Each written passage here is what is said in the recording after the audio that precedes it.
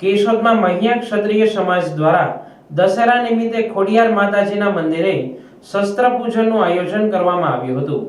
મહિયા ક્ષત્રિય સમાજ દર વર્ષે દશેરા નિમિત્તે નીલકંઠ મહાદેવ મંદિરની બાજુમાં આવેલ ખોડિયાર માતાજીના મંદિરે શસ્ત્રોની કુળ ગોર દ્વારા પૂજન વિધિ કરવામાં આવે છે। તેમજ આંબાવાડી વિસ્તારમાંથી બાઇક અને કાર સાથે મહારેલી મેઇન બજારમાંથી નીકળી હતી, જેમાં બહોળી સંખ્યામાં મહિયા ક્ષત્રિય સમાજ ઉમટી પડ્યો હતો।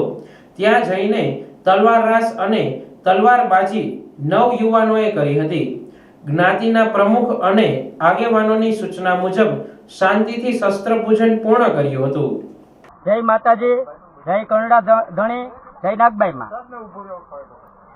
વીરતાનો વૈભવ, શૌર્યતાનો શૃંગાર અને પરાક્રમની પૂજા એટલે દશેરાનો દિવસ।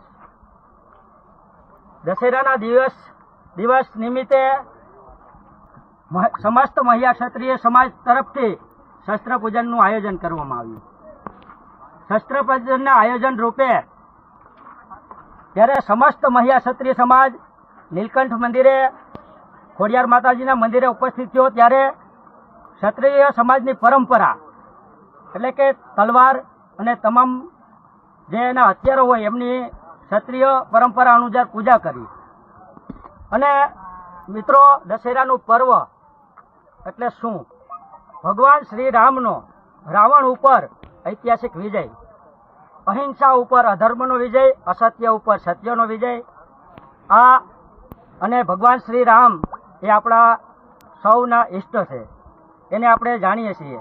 ભગવાન શ્રી રામ ક્ષત્રિય સમાજમાંથી આવે છે અને એ પરંપરા અનુસાર ક્ષત્રિયો તરફથી પોતાની વીરતાનું પ્રતીક એવા તમામ હથિયારોની પૂજા કરી માતાજી પાસે, મા ભવાની પાસે એની પાસે શક્તિ માગે, એની પાસે શૌર્યતા માગે, એની પાસે ધૈર્યતા માગે કે આવનાર સમયમાં જ્યારે કોઈ હિંસા અધર્મ ફેલાય તો એના પર ક્ષત્રિયો પોતાની શૂરવીરતા દેખાડી શકે। એ માટેનું પર્વ આજે સમસ્ત મહિયા ક્ષત્રિય સમાજ તરફથી ઉજવવામાં આવ્યું। તેમાં કેશોદ, સમસ્ત કેશોદ તાલુકો અને કેશોદ તાલુકાની 24માં સમસ્ત મહિયા સમાજ રહે છે।